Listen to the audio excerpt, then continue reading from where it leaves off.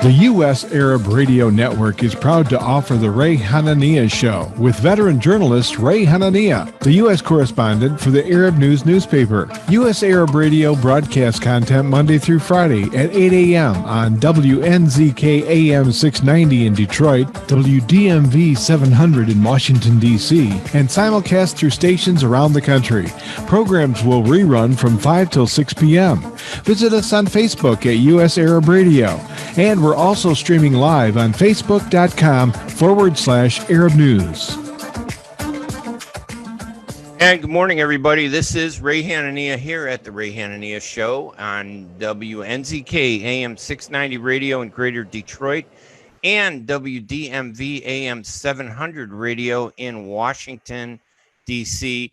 We're streaming live on the U.S. Arab Radio Network at arabradio.us and live at Arab News, Facebook.com/Arab News.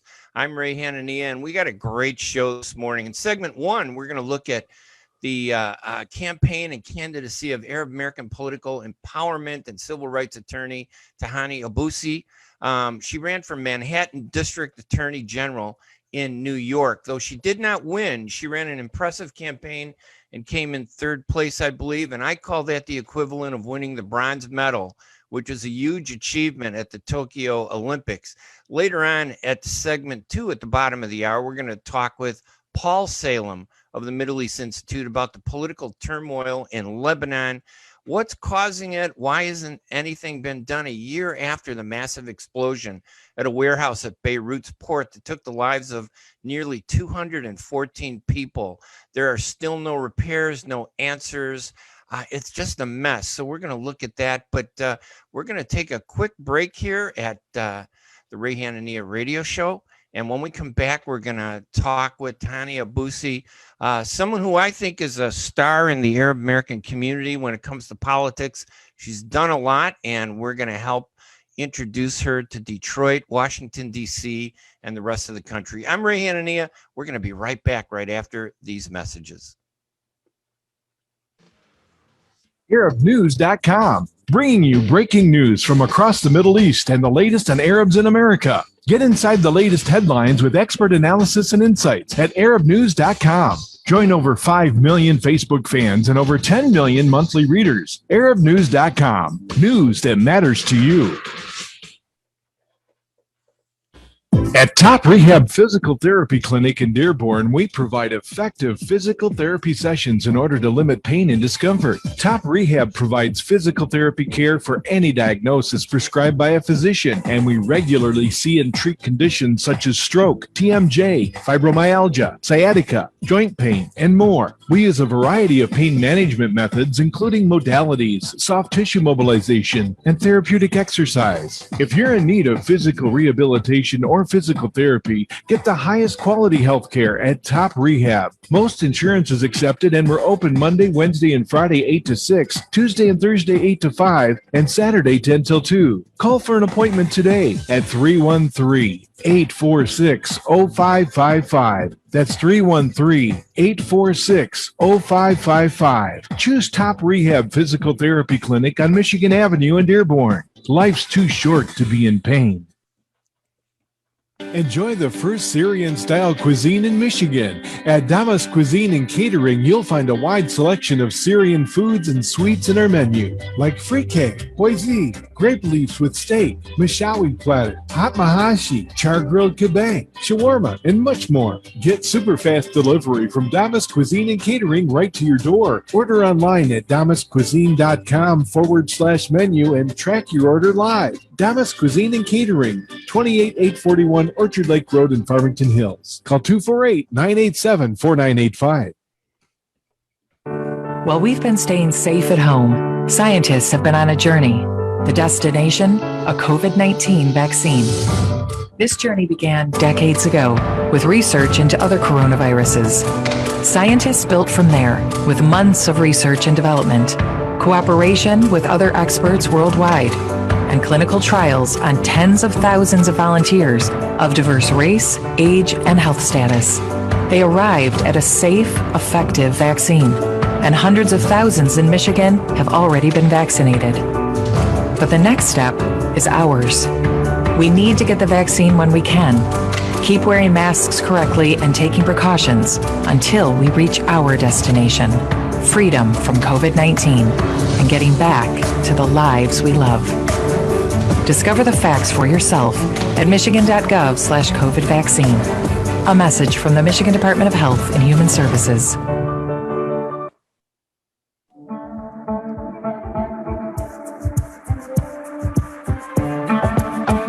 The U.S. Arab Radio Network is proud to offer the Ray Hanania Show with veteran journalist Ray Hanania, the U.S. correspondent for the Arab News newspaper. U.S. Arab Radio broadcasts content Monday through Friday at 8 a.m. on WNZK AM 690 in Detroit, WDMV 700 in Washington, D.C., and simulcast through stations around the country. Programs will rerun from 5 till 6 p.m. Visit us on Facebook at U.S. Arab Radio, and we're also streaming live on Facebook.com/Arab News. Now, of course, I've been in politics all my life as a journalist covering Chicago politics and Midwest politics. There we go. We got rid of that little buzz there. But so politics is always in my blood, and it's always been exciting as an Arab American, a Palestinian American, to see other Arab Americans get into politics. And over the past 45 years, it's been a slow rise. But I'll tell you, recently, we've seen some real talent going for some big offices. And my guest, who is on the line with me, is and on Zoom with us, by the way, live on Facebook on Arab News with 5.6 million viewers. I'm sure every one of them is watching right now, so don't be nervous, Tahanie. Tahanie Aboushi is a Palestinian-American civil rights lawyer and partner at the Aboushi law firm in New York City with two of her siblings. She was a Democratic candidate for Manhattan District Attorney in June 2021 and did great, I think. Tahanie, thank you so much for joining us on radio. Of course. Thank you so much for having me, Ray. Yeah, I mean, why does anybody get involved in politics? It's such a mess. They call you names. They attack you. Nothing that any politician ever does satisfies anyone. Half the population of a place is upset with you. Why would you want to do that? Because whether you like it or not, when you sit it out, decisions are made on your behalf and you're not at the table. Your voice is not heard. And I think there's always value and benefit in making sure that you are at the table. Just like you said, you've been doing this for 45 years and it's a slow rise, but there's a rise. And I think that Arab Americans need to have their voices heard much louder and that we're impacted by these policies. So we should make sure that we're part of shaping that conversations to create policies that are actually going to work for all of our families. We saw this week, actually last night, where an Arab American actually is now in the running for mayor of Dearborn, which is a pretty cool thing. I think it's State Representative Abdullah Hammoud. And we had him on the show in the fall. What a smart guy.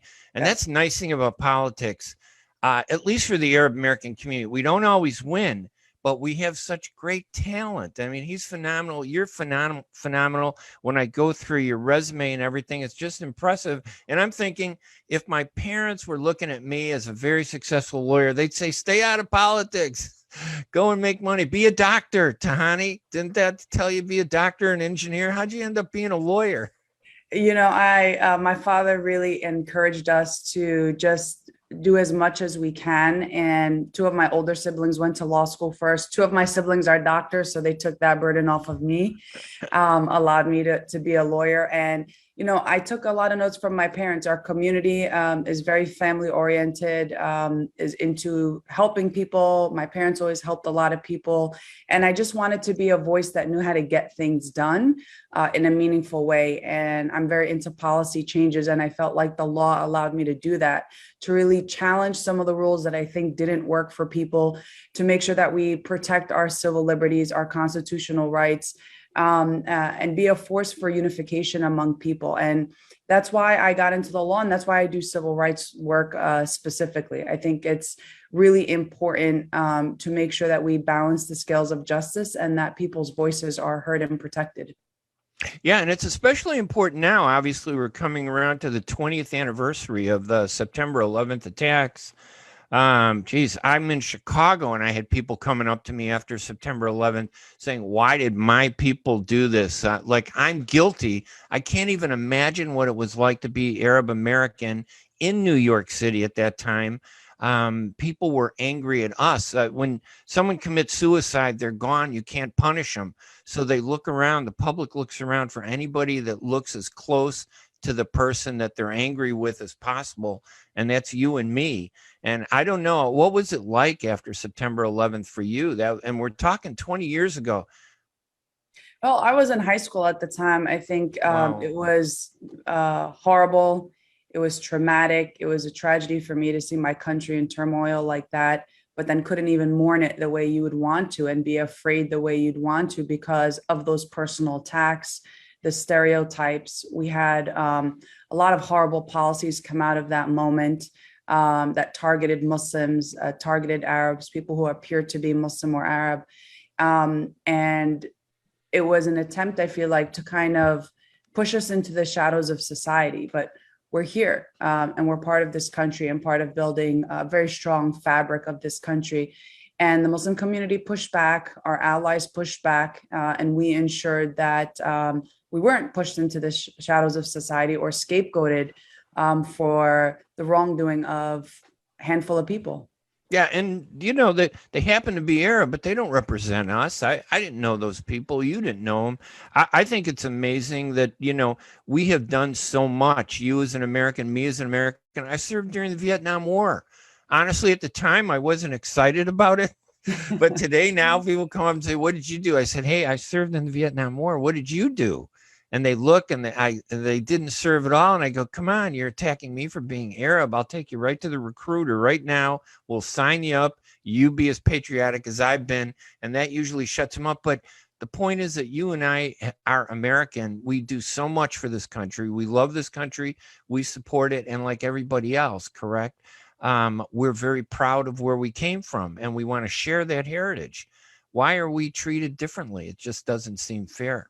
And I think as much as we love this country, we shouldn't be afraid to criticize her. We shouldn't be afraid to push for better policies. This country has always been in a state of changing laws, changing rules to make sure we live in a fair, equal, just, equitable society. And that means looking at things we're not doing right and making sure we can do them right and do things better.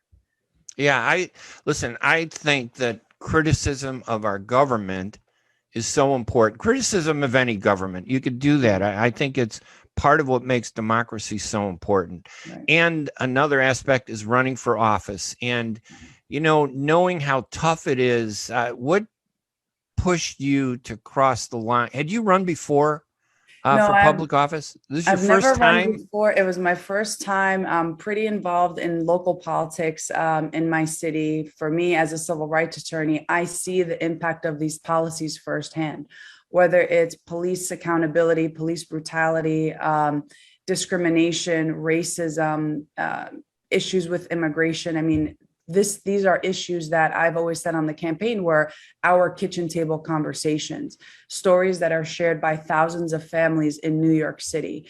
And I wanted to bridge the gap between politicians or people who run for office that have never walked in our shoes and the community that deals with their decision-making on a daily basis.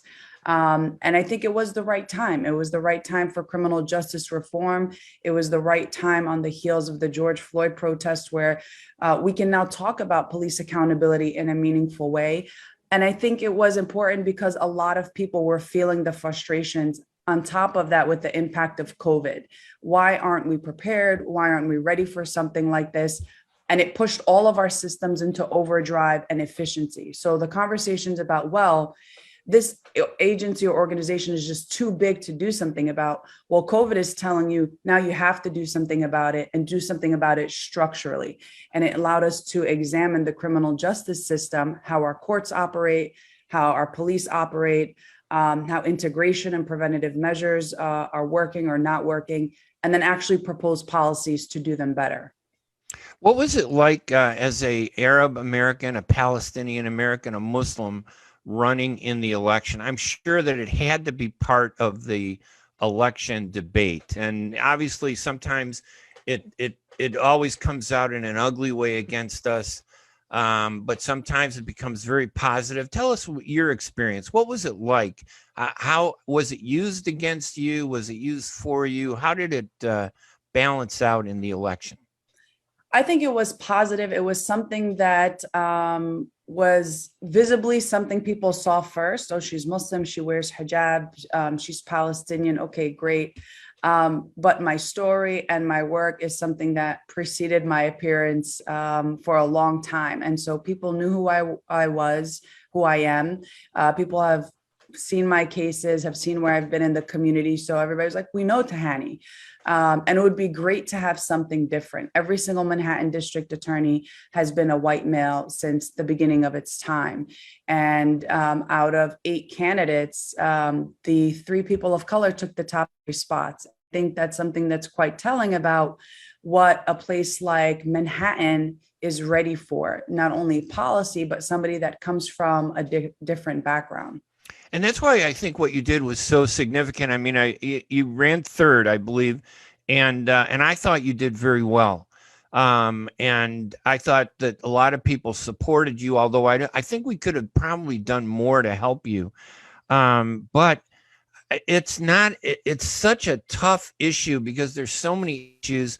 Some voters can't get past the fact of who we are to deal with the issues. How did you address that?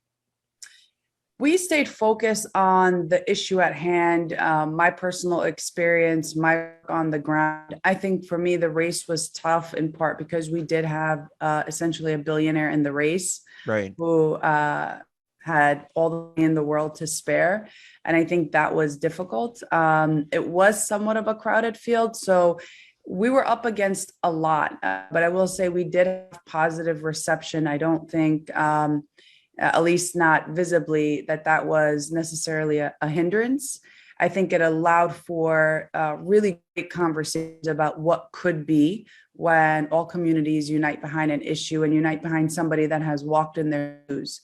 And so we've done that. We've changed what the face of the Manhattan District Attorney's Office is going to look like, but I think we still have a lot of work to do. And there are still a lot of first times for the Arab American community. First time we run for certain offices, whether it's the school board or Congress, Senate, district attorney, you name it. And so it's also the process of letting people become familiarized with seeing people like us run for offices like these.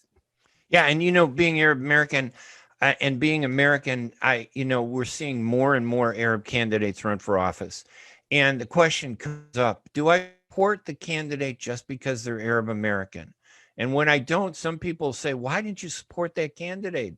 And I think it comes down to the issues. And I think we have to be part of that debate. And I thought you brought up the issues really well. What was the most important issue? And I mean, I don't want to say it, but I mean, what was the most important issue and how did you address it that resonated with the voters in Manhattan? Which, by the way, running for Manhattan District Attorney is a huge, endeavor. It's a great office. And most of us have learned about that office through that TV series, Billions. Okay, that's where we hear about the Manhattan DA. You could have an Arab woman on that show. Okay, so even though you don't want, I hope they slate you for that because you deserve it. But what was the one issue that you felt resonated with voters or could have resonated more?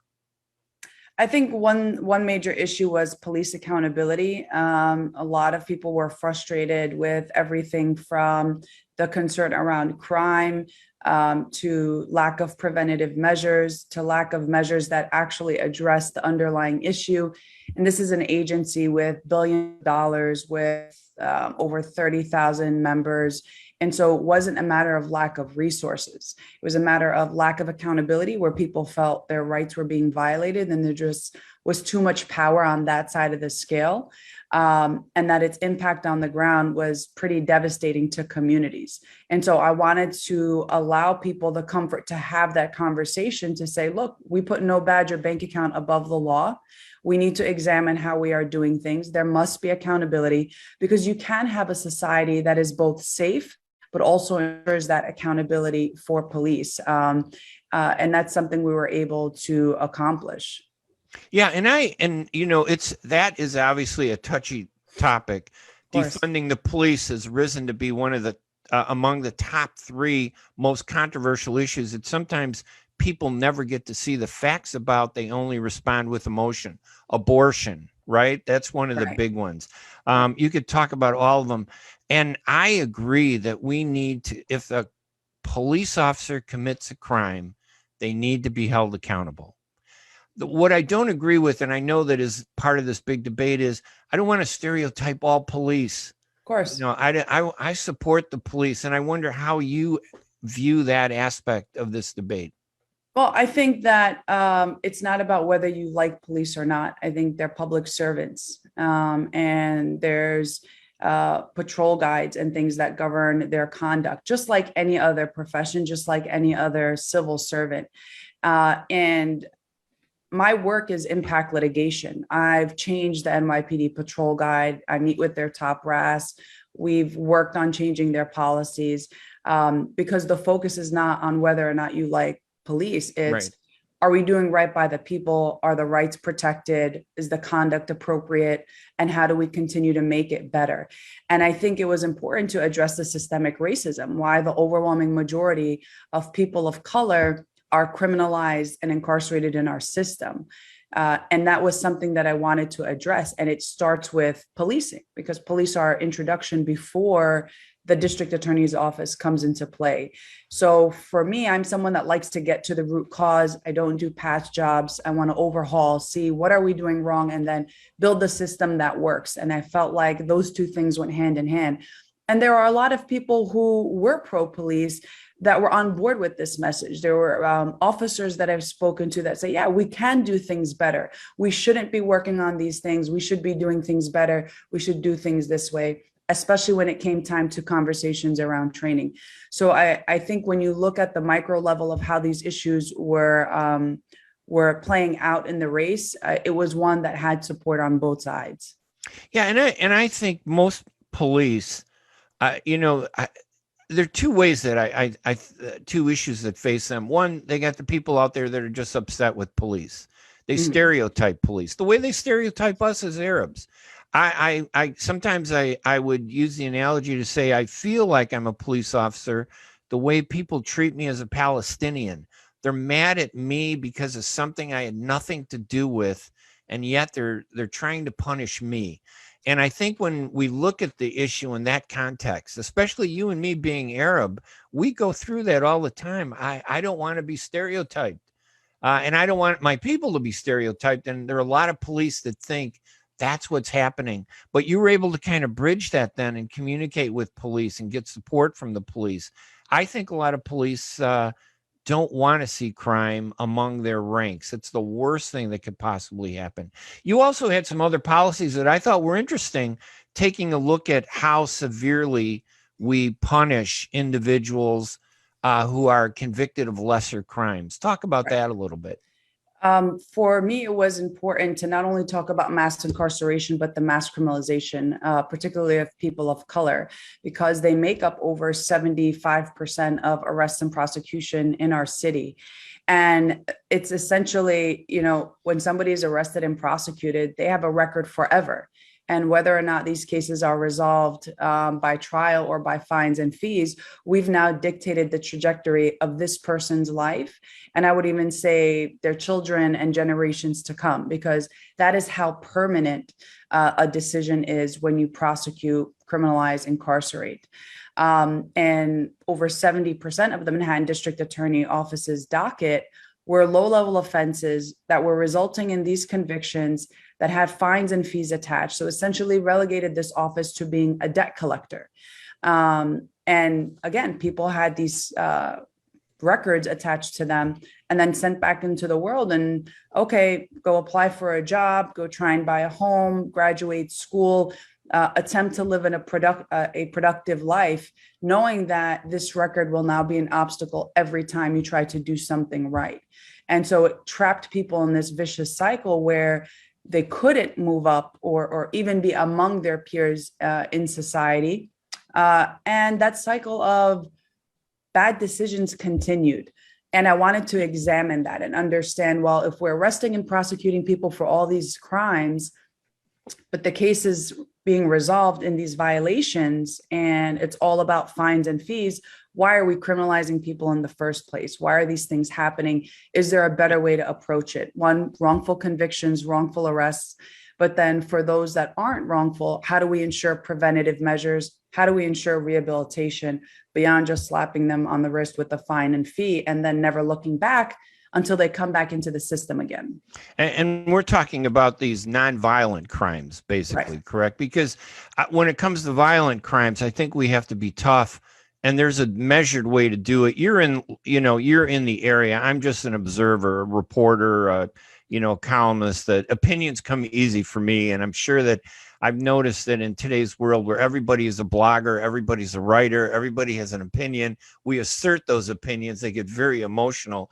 But your position on violent crime, how strong is that? Do you want to see change? What's the issue with violent crime?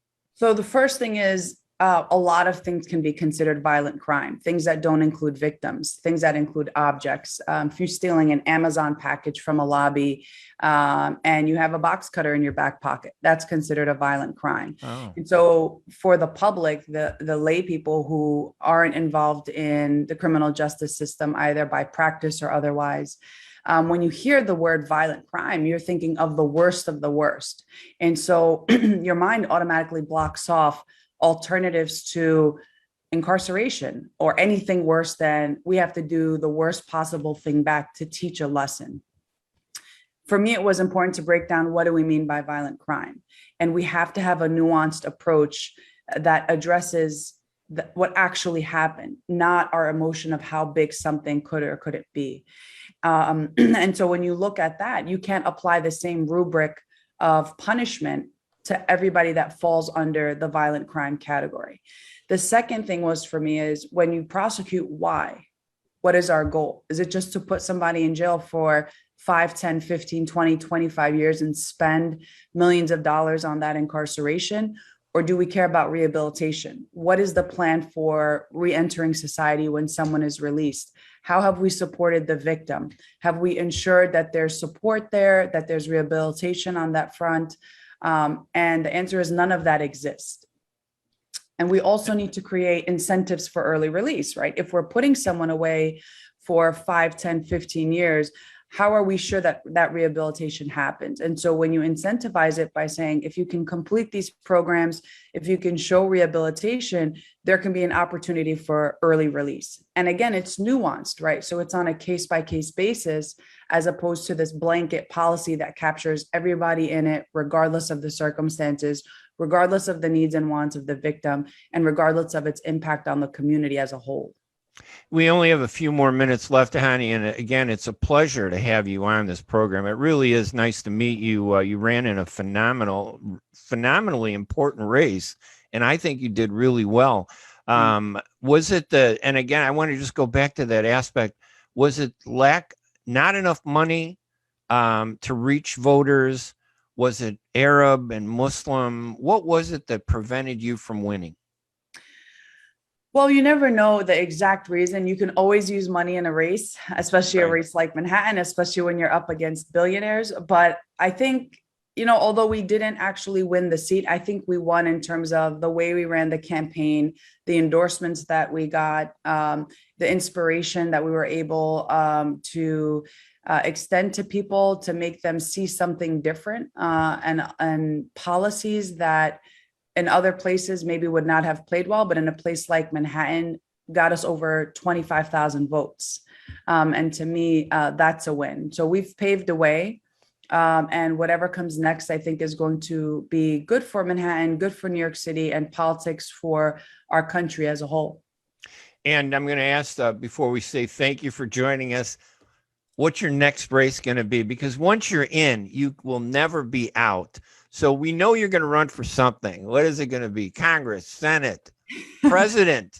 Right now, I'm back to doing my first love, which is civil rights work. Getting back to a lot of policy changes and things that need to be done on the ground. So that's where my focus is. But my eye is always on politics, making sure that whoever's running for whatever has the interest of the people at heart. So I can't get you to announce for Congress yet, but I'm going to keep pushing. But let me ask you before I let you go, another thought that just came to my head. Civil rights, how bad, how good has it been on Arab Americans as we round the corner to September 11th? Is it getting better? Has it gotten worse? Just give us a little capsule on what you think has happened to us. It's gotten a little bit better. We've had to undo a lot of damaging policies over the last 20 years, and there's been an amazing unification between advocates, organizers, civil rights attorneys, and organizations on the ground to undo those policies. But the remnants, the stereotypes, and the readiness to go back to those dark days still exist. And I think that's what we'll always be fighting against, is making sure we don't fall back into those dark times. And when there are crises and tragedies that happen, we don't all of a sudden default to stripping civil liberties. All right. My guest, Tahanie Aboushi. Tahanie, thank you so much for joining us. She ran in the race for New York Manhattan District Attorney in June 2021. She came in third, but that's a bronze medal in terms of our Olympic mindset today, and it was quite an achievement. Tahanie, I hope we can bring you back on again to talk about some of the issues in the future. I really enjoyed talking with you and learning more about you. Of course. Thank you so much for having me, Ray. I appreciate it. Oh, you're welcome. I'm Ray Hanania here at the Ray Hanania Show. We're going to take a quick break, and when we come back, we're going to talk with Paul Salem of the Middle East Institute about the trauma in Lebanon and Beirut, and just see what's going on over there. Tahanie, you have a nice time. We'll be right back, everybody, right after these messages. ArabNews.com, bringing you breaking news from across the Middle East and the latest on Arabs in America. Get inside the latest headlines with expert analysis and insights at ArabNews.com. Join over 5 million Facebook fans and over 10 million monthly readers. ArabNews.com, news that matters to you. Imagine you're on a train track. Somewhere miles away, a train is headed your way. Can't see it yet, but it's coming, slowly but surely. If you have prediabetes or you're at risk for type 2 diabetes, you may be on the wrong track, and diabetes could be heading your way. Bit by bit, the danger is getting closer and closer. So should you stay on the track you're on now or move to make a change and reduce your risk? If you have prediabetes or you're at risk for type 2 diabetes, you may qualify for the National Diabetes Prevention Program in your local community. This one-year program could be the ongoing support you need to put you on the right track. Not only did participants lose weight, they cut their risk of type 2 diabetes in half. Ready to get on board for a healthier future? Learn more about the National Diabetes Prevention Program and what else you can do to manage and prevent diabetes at michigan.gov/diabetes. A message from the Michigan Department of Health and Human Services. New Dawn Academy provides your kids with a curriculum that's rich in science, technology, engineering, and math. We want students to really experience what problem solving looks like. What does it mean to build things together? And really working on those analytical skills is what makes New Dawn Academy's program very unique. This school will certainly provide them with academic excellence, but also state-of-the-art buildings and inviting to students. Are your hands feeling numb? Do you feel pain opening up a jar, turning a key? Are you noticing that your elbow and your shoulder are becoming stiff? Or were you recently injured in your arm? Hello, I'm Dr. Al-Majid Katranji, and at the Katranji Hand Center, which just recently opened down the street from the Somerset Mall, we can provide you with the latest in hand, wrist, elbow, and shoulder care. Visit us at www.katranjihandcenter.com to learn the latest techniques that we have to offer you, and I look forward to taking care of you. Visit us in Troy at 1565 West Big Beaver Road, Building F, or call Katranji Hand Center for an appointment at 248-869-4263. That's 248-869-4263.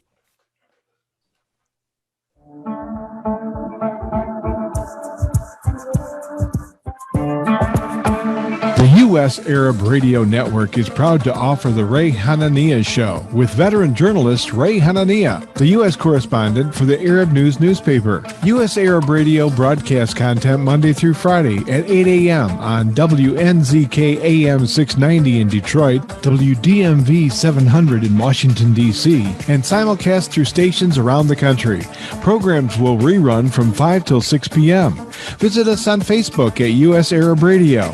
And we're also streaming live on Facebook.com/Arab News. And welcome back to the Ray Hanania Show. This is segment 2, and we're going to be speaking with Paul Salem of the Middle East Institute about the continuing turmoil in Lebanon. Paul Salem was named president of the Middle East Institute in 2018. Prior to joining the MEI, Salem served as the founding director of the Carnegie Middle East Center in Beirut, Lebanon. Previously served as general director of the Ferris Foundation. And from 1989 to 1999, he taught at the American University of Beirut and founded and directed the Lebanese Center for Policy Studies. Paul, welcome to our radio show this morning. Thank you so much for joining us. Thank you, Ray. Good morning, and good morning to everybody following your lovely show. You must have taught with some of my cousins over there. I had 2 relatives over at the American University of Beirut, Jack and Mary Hanania. You ever run into them?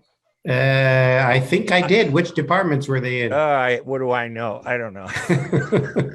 been a long time, yes. There are not a lot of Hananias in the world, but we are a nice, narrow group of good people. But listen, you have a great background, and I thought you'd be perfect to talk to us and help us understand. 1 year ago today, I think it was, there was that massive explosion at a warehouse at Beirut's port. It took the lives of, more than 214 people. No repairs, no answers. Human Rights Watch is pointing a finger at government corruption. The government's been in turmoil. Saad Hariri couldn't form a government. We got a new guy who's still struggling. What the heck is going on in Lebanon? Indeed, it's a terrible time in Lebanon. I actually was there yesterday. I just flew back from the country, and it's the 1 year anniversary of that explosion on August 4. There are ongoing protests right now in Beirut, leading up to the 6:00 p.m. hour where the blast took place a year ago. That blast came in the midst of a complete economic, banking, monetary, finance meltdown. Also came in the midst of a political uprising that had started in October 2019, so about a year before. The blast itself is a combination, I think, of 2 dysfunctions. One is large-scale corruption and unaccountability of a government oligarchy that's been in power without being held accountable for this or any other set of crimes. The other dynamic is the existence of an independent armed group, Hezbollah, in the country, which operates its own security and defense operations in coordination with Tehran and Iran. Those explosives, or that nitrate, which can be used either for fertilizer or explosives, had been in the port for a long time. Hezbollah itself had a big presence in the port, and it's possible that those materials were being used possibly in Syria. Right now, Lebanon is going through one of the worst periods in its modern history. As you said, there are attempts to form a government. We can get into that. Again, don't seem to be going anywhere. And the country is supposed to face parliamentary and presidential elections next year. We don't even know if they will happen. Is it a case where there's just so much bad news, it's hard to focus on something? I remember when the explosion came up, the first suspicion was, well, this has to have been something related to Hezbollah. It's like a government in a government. How do you run a country with 2 powerful forces that, not necessarily working together in government? What do we know about that aspect of it, Hezbollah's role, or is it still rumor and conjecture at this point? Well, the government and Hezbollah behind them, because Hezbollah dominates the government. Its president is their ally or their client. The current caretaker prime minister is their ally or client. The Speaker of Parliament is as well. And the government has prevented a serious investigation. Nobody from the government has taken any accountability or responsibility, although all the documentation shows that they knew and they've known it for years. But there has not been an investigation to get beyond conjecture and get to real evidence. Why can't there be like an independent investigation by somebody? Because when the people that are responsible, and I think a lot of people feel the government is responsible, whether it was a Hezbollah arms storage area or not, whether it was corruption or not, they're blocking it. Isn't there some way to get past that so that we could actually find out? I hate to see this turn into another Rafiq Hariri issue where we don't know what happened to him. I mean, we knew what happened to him, but we never really learned what really caused his, killing until like 7 to 8 years after the fact. Is it going to take 8 years to find out what happened a year ago? Do you think? Well, in the case of the Hariri assassination, there was an international investigation. They did find out who did it, at least allegedly, by the evidence in the court, and it didn't go anywhere because Hezbollah, some of its agents were implicated, refused to cooperate, refused to give any of their people up, and it really got nowhere.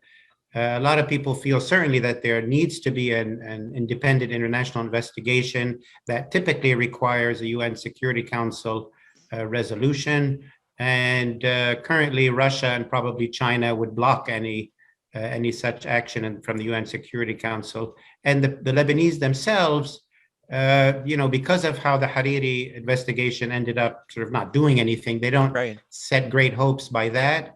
They are set on keeping up the pressure on the political class. They hope for elections in the spring in order to make some electoral difference. But I must tell you, Ray, there's a lot of despair. I mean, Hezbollah is there through force of arms. And no matter how many elections or how many protests you hold, we saw how fiercely they fought in Syria with Iran to defend an Assad regime. People have no illusions that they will go away because of protest or an election. And until you have real sovereignty in a country, you really can't begin building proper governance. Yeah, I mean, some critics, I've heard them say that this is Hezbollah-occupied Lebanon, the way they talk about Israeli-occupied Palestine. It's almost impossible to deal with Hezbollah. They have the upper hand. They decide everything. They have the backing of Iran. It almost seems hopeless, even just to get to the facts, let alone just to bring regime change, eliminate corruption, and just give people the representation they deserve. Well, I wouldn't go that far. I would certainly say that Hezbollah as an armed force is there by force, and there's very little that unarmed citizens can do about it. But they do not, they currently dominate the government, but a lot of that is, or some of that is through politics. That it so happens that a major party in the sort of a majority Christian party, the Aounist movement, chose to ally itself with Hezbollah for its own self-regarding political reasons. That was a choice. So a lot of, that group went along with Hezbollah. It was a choice. Saad Hariri at one point tried to resist them. His father tried to resist. He was killed. He's had his own struggles trying to remain in power in Lebanon. He was rejected by the Saudis. He kind of also made a bit of an accommodation with Hezbollah. I think what we're looking at now in this public protest movement indicates, or should lead to a limited change within the country. That it's not the case that everybody has to accept Hezbollah's power, has to be allied with it. Those were political choices. I think some of those will change over the next year. Hezbollah will remain, but I think its current phase of pretty complete dominance might decline in a limited way, but it will remain an obstacle to real state building. We're on the line with Paul Salem, president of the Middle East Institute. And we're talking about Lebanon. Paul, we're going to take a quick ad break, if you don't mind. When we come back, maybe you can help us understand what needs to be done. What do we have to see? What are the steps that need to be taken to change this? Because, and again, I'm only using the Rafiq Hariri, tragedy as an example of how uncertainty went on forever for so many years.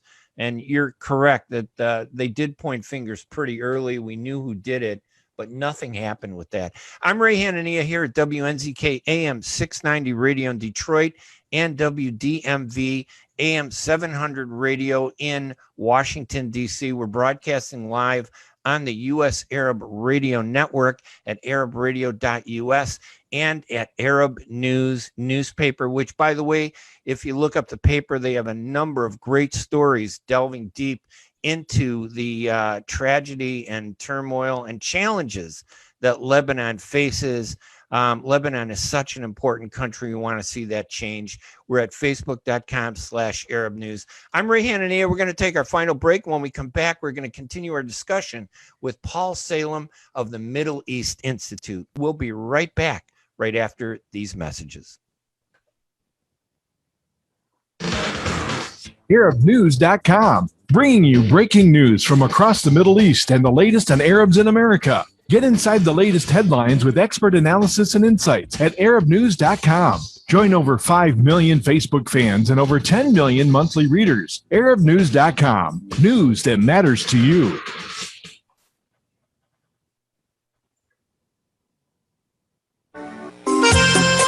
Ziad brand. Quality products from our family to yours.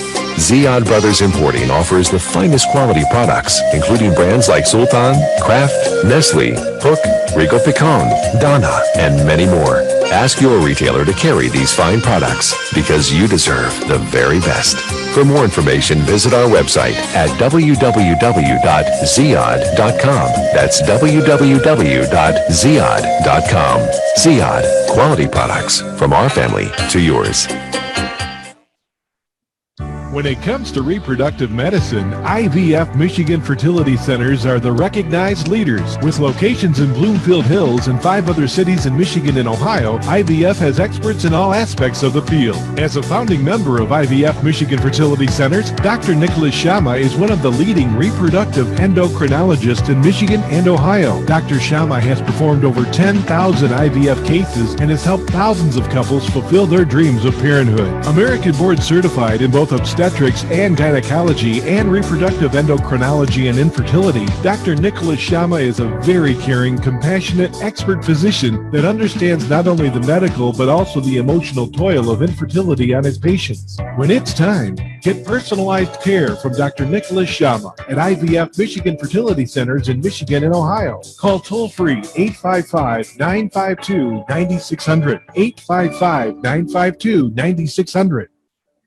Get ready for an amazing experience at Ishtar Restaurant on 15 Mile Road in Sterling Heights. Enjoy excellent hospitality from owners Ali Al-Baghdadi and Fatty Bonham, serving the best in Mediterranean food. Try Chef Ali Al-Baghdadi's famous shawarma, the best Iraqi grills and food, and the best Arabic and international dishes. Dine in our authentic atmosphere or take out. Call 586-698-2585 or check us out on Facebook. Ishtar Restaurant practices all CDC guidelines and is open every day 11 a.m. to 10 p.m. Have an amazing experience today at Ishtar Restaurant, 3625 15 Mile Road, Sterling Heights.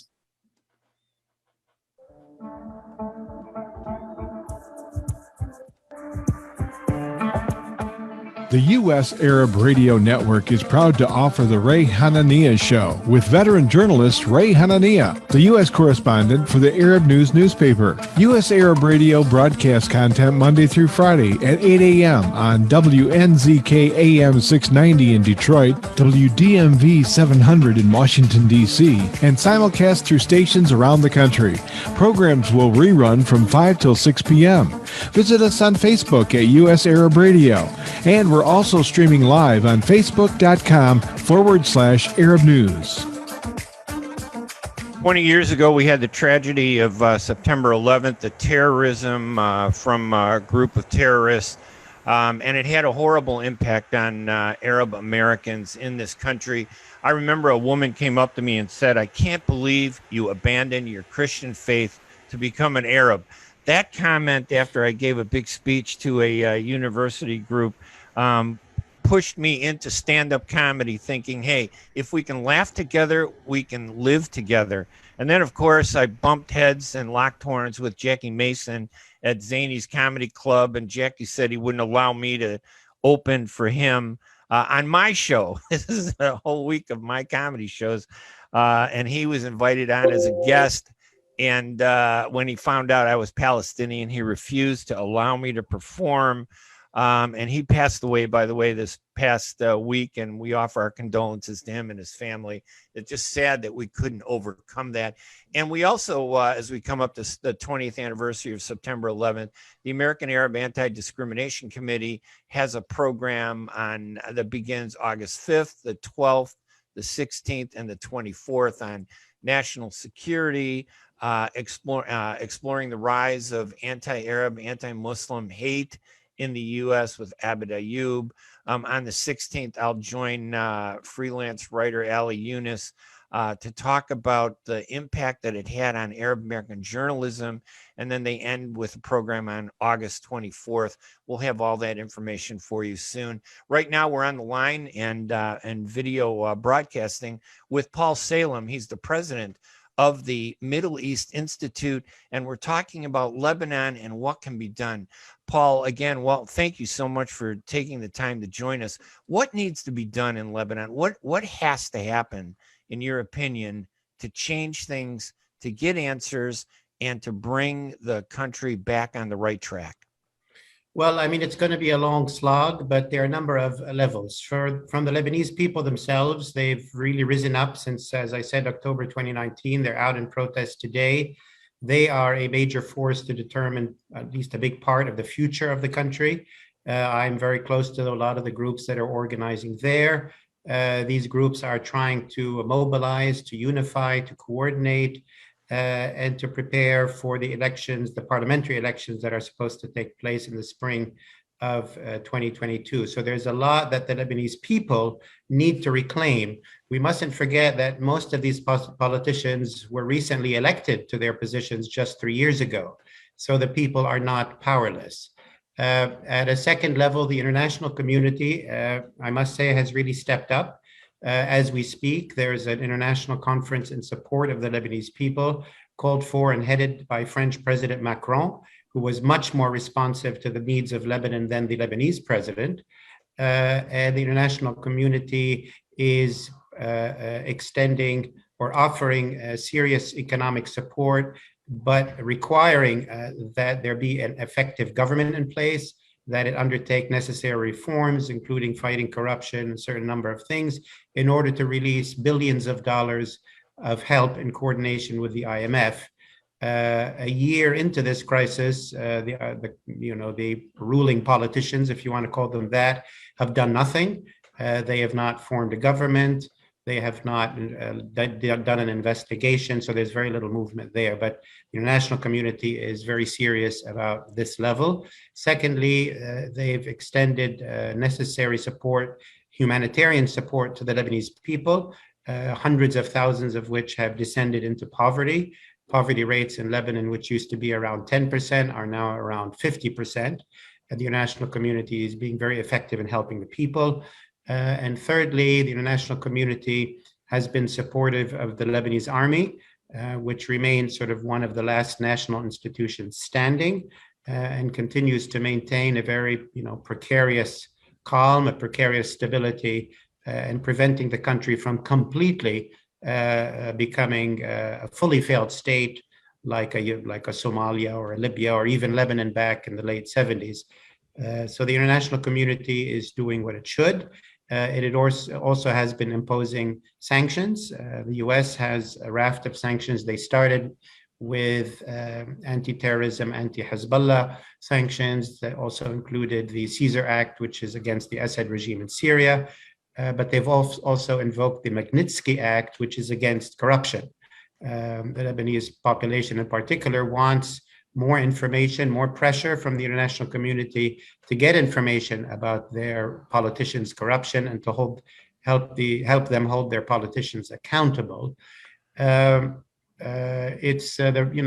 last dynamic of this is the influence of Iran.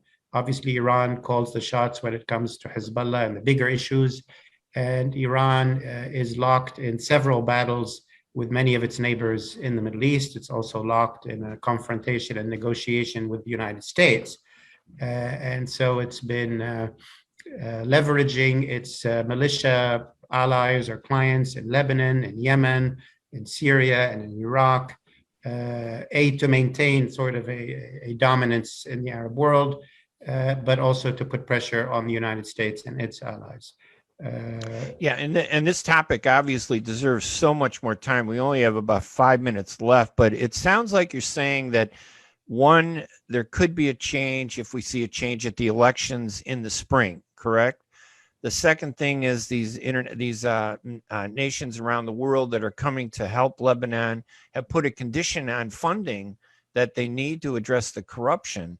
But I've never heard of a corrupt government ever uncorrupting itself. And especially with a country like Iran behind this government, I just don't see anything changing. Am I being too pessimistic? Just looking back at the last 15, 20 years, or do you think that there's something that's going to make it different this time? I think there's some things that can be changed and some things that don't seem possible to change. What is changeable, there are a number of politicians, including the current president and his party, which in the last elections got a majority, at least in the Christian seats. There are other politicians who were recently elected who are deeply mired in corruption. It's noteworthy that in the last elections 3 years ago, most of the population, wasn't terribly focused on politics or corruption because the economy was kind of okay. Their lives were going forward. They didn't seize the responsibility. I think that has changed. And I think if elections are held in the spring, and they might not happen, and the international community is helping put pressure on Lebanon to make sure those do happen, a number of those politicians might be out of office. So I agree with you that they might not be able to uncorrupt themselves, but some of them can be thrown out of office through the elections. So it's really kind of up to the people. They need to stand up, initiate that change in the upcoming elections. But I must warn that will be a limited change because you still have Hezbollah, you still have the force of arms. It's also important to note that next year we have presidential elections. The current president's term ends, and a new president, if properly chosen after a good election, could at least tip the balance a little bit more in the good governance direction. It won't be, Lebanon will remain crippled as long as there is an independent army, Hezbollah, that belongs to another country, that has its entire, security, defense, political game. But things need not be as bad as they are now. Anyway, listen, Paul, thank you so much for joining us. I hope that we can bring you back on again to talk about this issue. It's so important. Honestly, it deserves more than a half hour. This is a 3-hour conversation that we've condensed, and you've really helped a lot for us to really understand what some of the challenges are. Paul Salem is the president of the Middle East Institute, and I want to thank everybody for joining us out there. I want to thank Paul. We want to thank Tahanie Aboushi for joining us in segment 1. I'm Ray Hanania. We're going to be back every Wednesday. Next week, we're going to have someone from the Middle East Institute help us understand actually what's happening in Yemen. So we will be back Wednesday at 8 a.m. Eastern time, and we hope you will join us. Paul, again, thank you so much for joining us. Everybody, thank you for listening. We'll talk to you again. Bye-bye, everybody. Thank you, Ray.